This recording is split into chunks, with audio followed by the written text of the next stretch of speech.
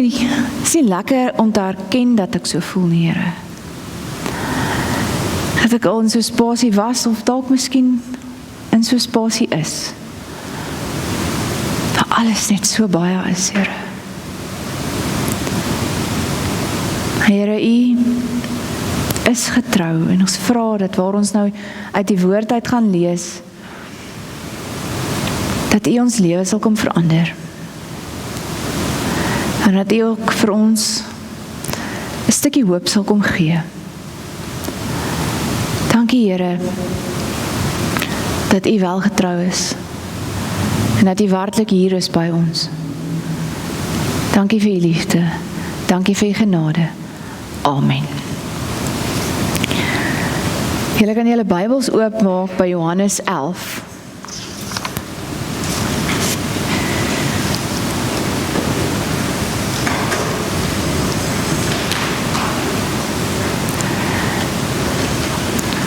Soos die laaste paar sonde lees ons verhale uit Johannes uit. Dis lang verhale, maar dis so kragtig. So kom ons lees saam Johannes 11.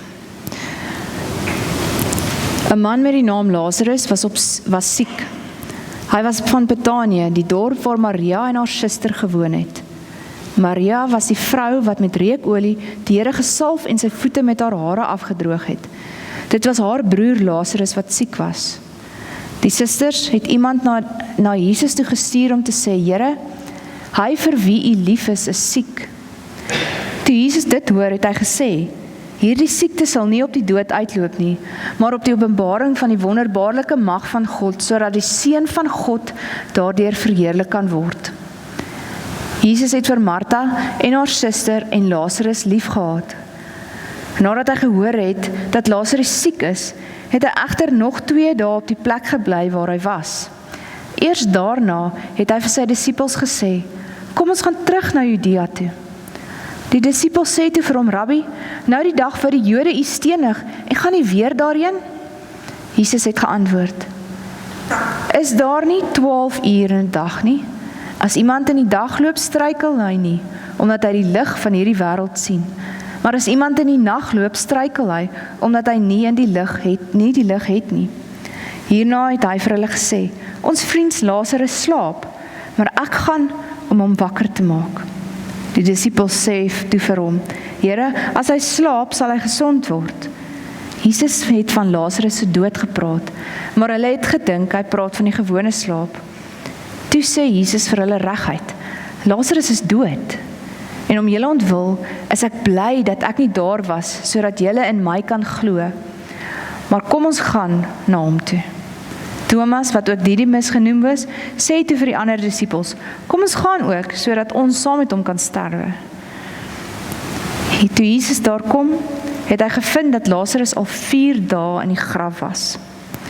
Betanië was naby Jerusalem, omtrent 3 kilometer, en baie van die Jode het na Martha en Maria toe gekom, om hulle oor hulle broer te troos.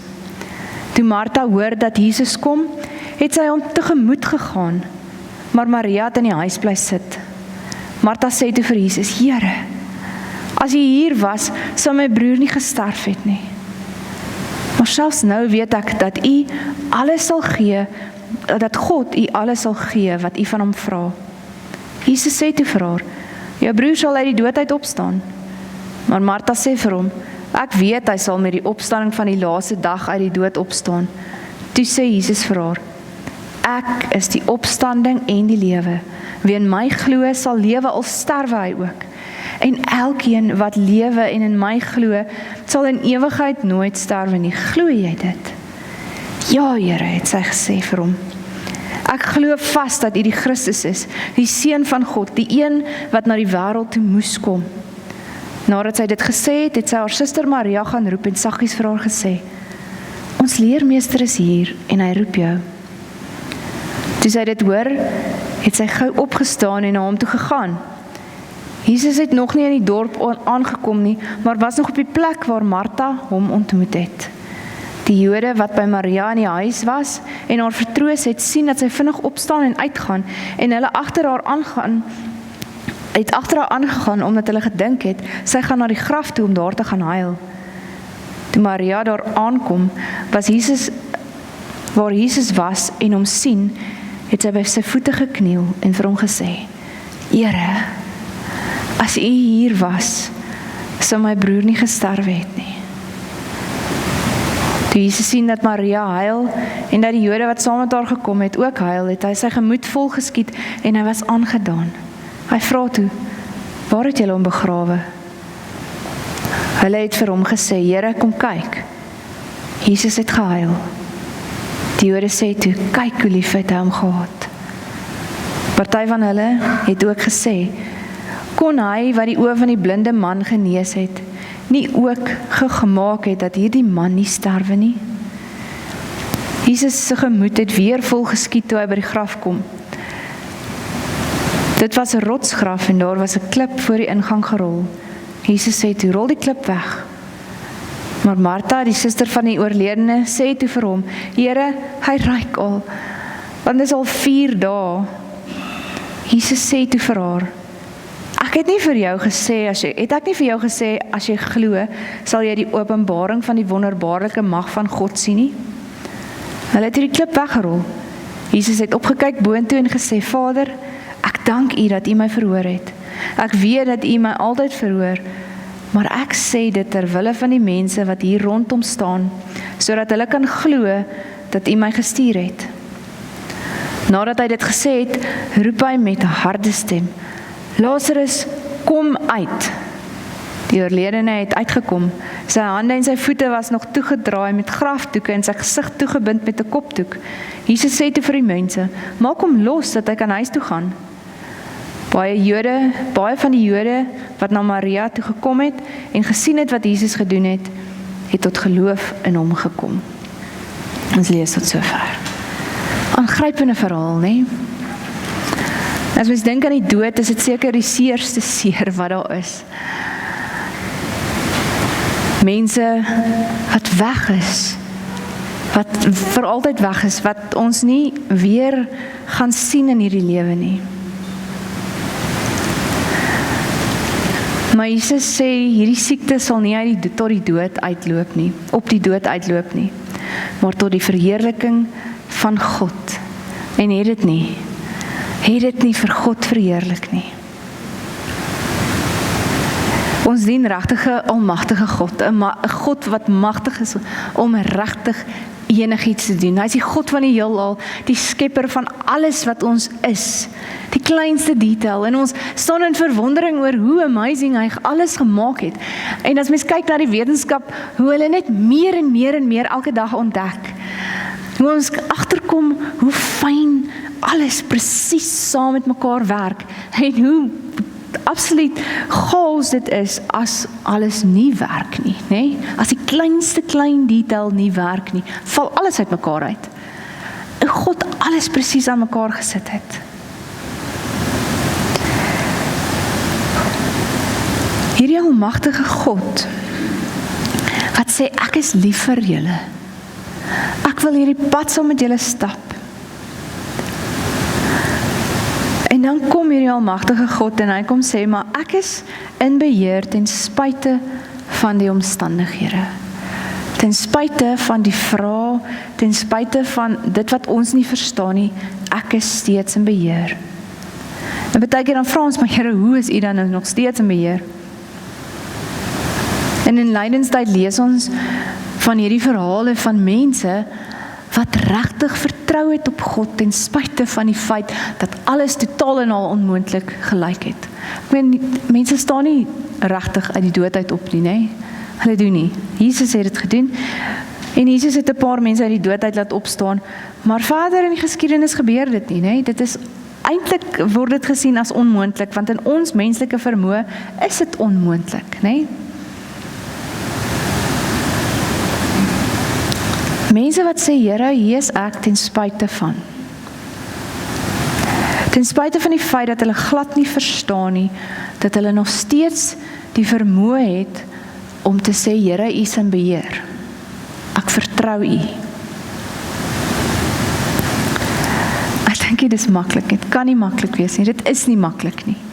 Dit is eintlik amper onmoontlik, want alles sê die teenoorgestelde, né?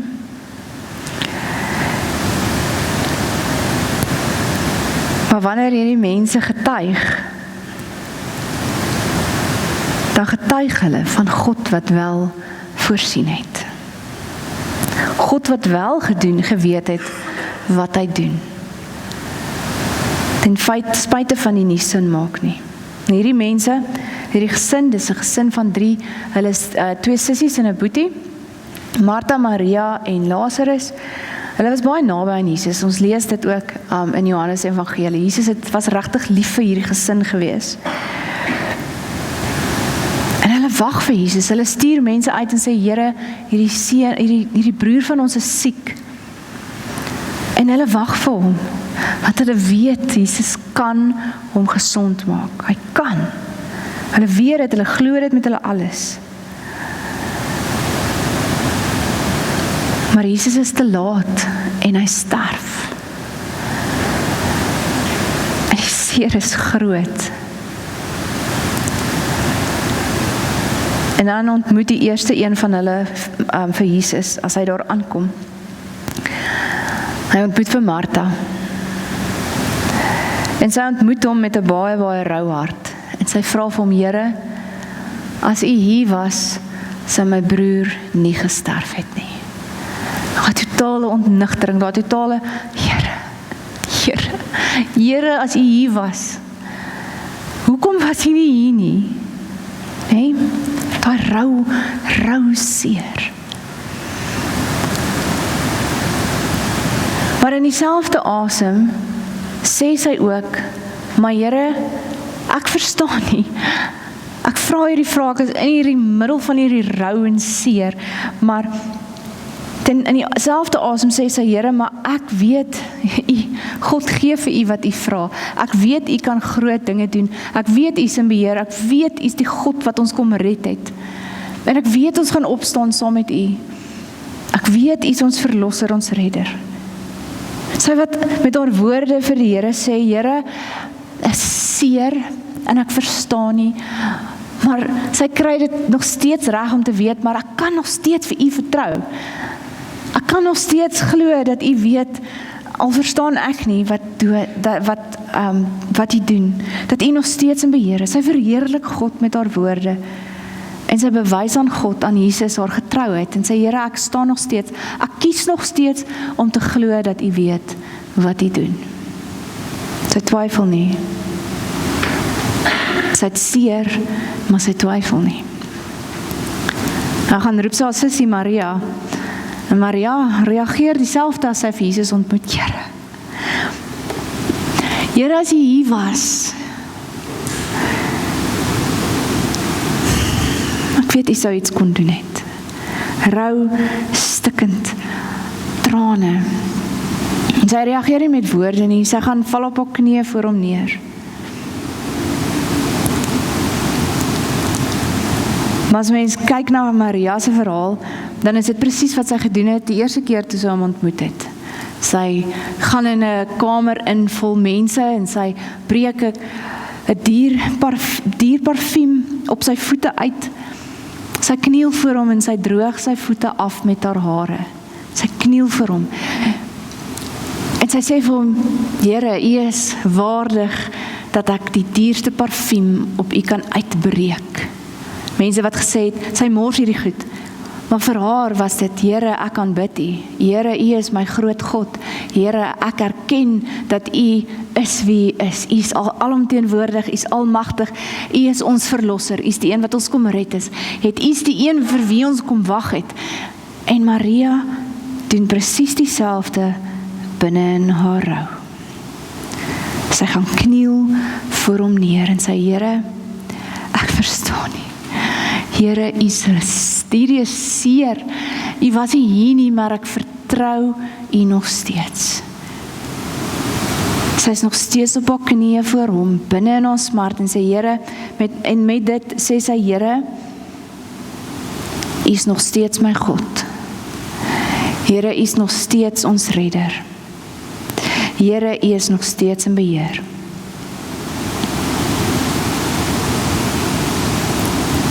En nou begin Jesus huil. Hy voel saam met hulle. Die liefde wat hy vir haar het, en om haar so te sien, so seer te sien, die liefde wat hy vir Lazarus het. God voel saam met ons, hy ken ons seer, hy weet waar ons gaan.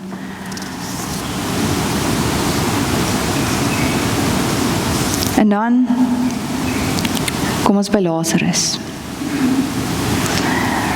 En Lazarus bevestig ook vir Jesus as die redder, né?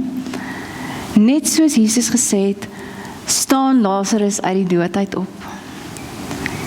Niemand het geglo dat hy regtig uit die dood uit opgestaan het nie. Almal vir wie hy dit gesê het regtig gedink, hy praat van ander goed, as ons die verhaal lees. En Jesus roep vir Lazarus. En Lazarus reageer. En net soos die twee susters vir God erken as die God van die heelal binne in hulle seer, reageer Lazarus, en dit laat mens baie dink, Jesus wat sê, my skape sal my stem herken. Hulle weet as ek praat en hulle luister en hulle vertrou my. Lazarus kom uit die graf uit, hy staan uit die dood uit op. God gee vir hulle 'n groter wonderwerk as wat hulle ooit gedink het moontlik kan wees. In dieselfde asem kom God ook en hy kom sê, maar die dood het geen houvas op hom nie. Selfs die dood is gehoorsaam aan God, selfs die dood is onderdanig aan die Here. Die dood het geen houvas op God nie, maar dit het ook geen houvas op sy kinders nie. In Romeine staan daar, niks kan ons skei van die liefde van die Here nie. Selfs al word ons vervolg en ons word uit mekaar uitgeruk, ons word seer gemaak deur mense in hierdie wêreld, selfs al gaan jy deur wat se siekte, maak nie saak wat nie, selfs al sterf jy, niks kan jou skei van die liefde van die Here nie. En God beloof dit vir ons. Niks is groter as die God van die heelal nie. Hy staan uit die dood uit op. Ek weet, ons geliefdes staan nie uit die dood uit op nie. Maar as mens hierdie verhaal lees, dan weet hierdie mense, hulle kan vir God vertrou, ten spyte van hulle seer. Hulle het ook nie geweet, hulle broer gaan uit die dood uit opstaan nie. Hulle het glad nie so hoop gehad nie, glad nie. Maar hulle het die Here vertrou en hulle het gesê, Here, ek vertrou U met my alles, ten spyte van die feit dat ek regtig geen hoop het nie, dat hierdie seer so rou is, dat ek plat op die grond geslaan is deur die lewe. U is steeds in beheer.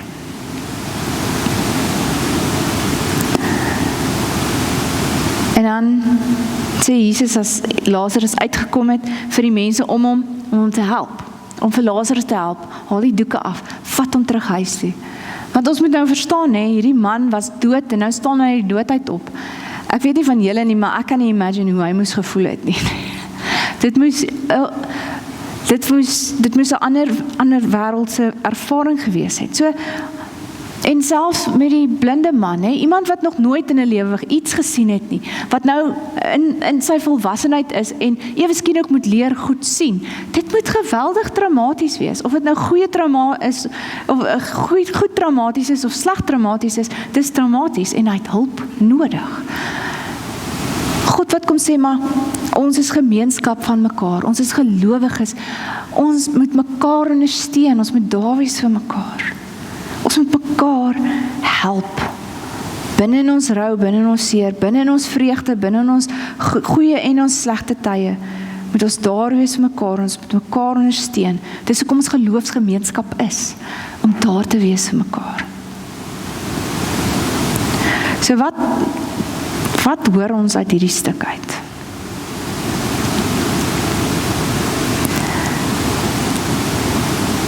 Vir my is dit dat die lewe is rof.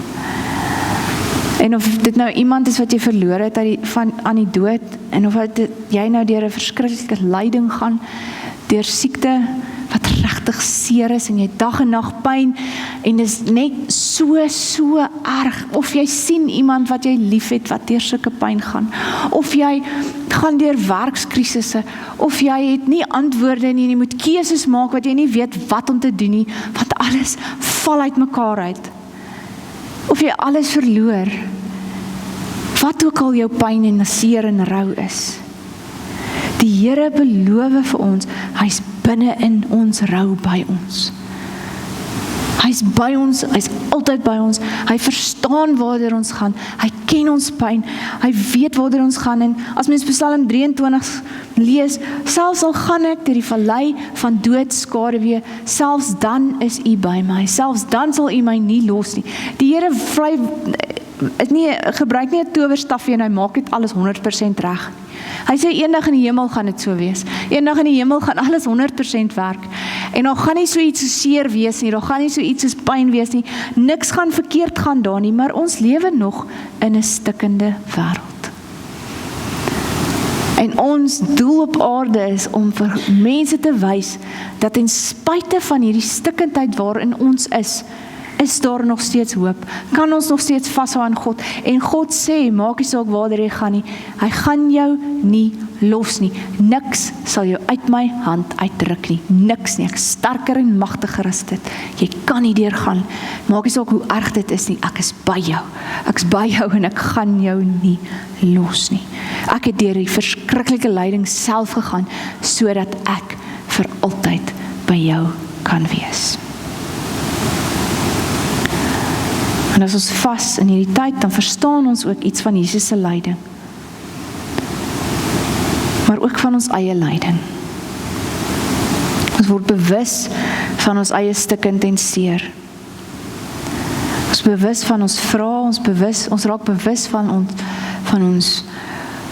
wat ons meer sukkel. En dan kom die Here en hy sê, ek het dit vir jou gedoen. Ek doen dit vir jou. Ek weet, ek ken jou. Ek sal jou nie los nie. Ek sal jou nooit los nie.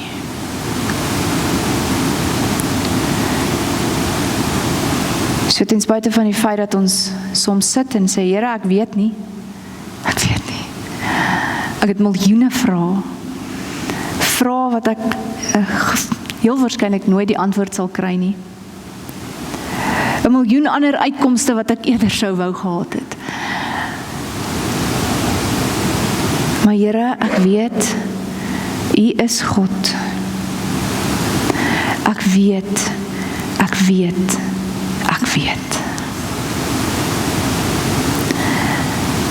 Ek weet U is in beheer. En ek sal aan U vashou, maak nie saak hoe erg dit raak nie.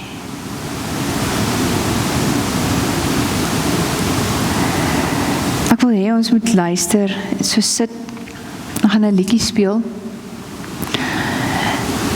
en dan sit jy by die Here en sê, Here, en jy vertel hom van jou pyn en seer, en jy maak jou hart vir hom oop, en sê vir die Here, maar Here, ek gaan vertrou, dat U nog steeds hier binne is.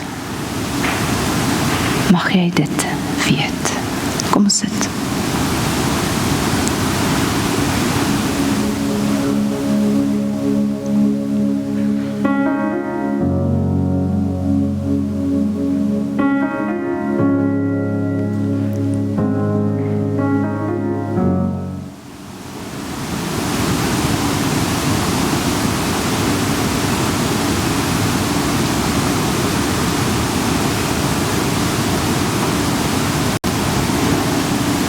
Here, ek vertrou U. Here, ek weet U is hier. Here, ek het nie antwoorde nie. Maar dankie dat ek by U kan wees. Amen.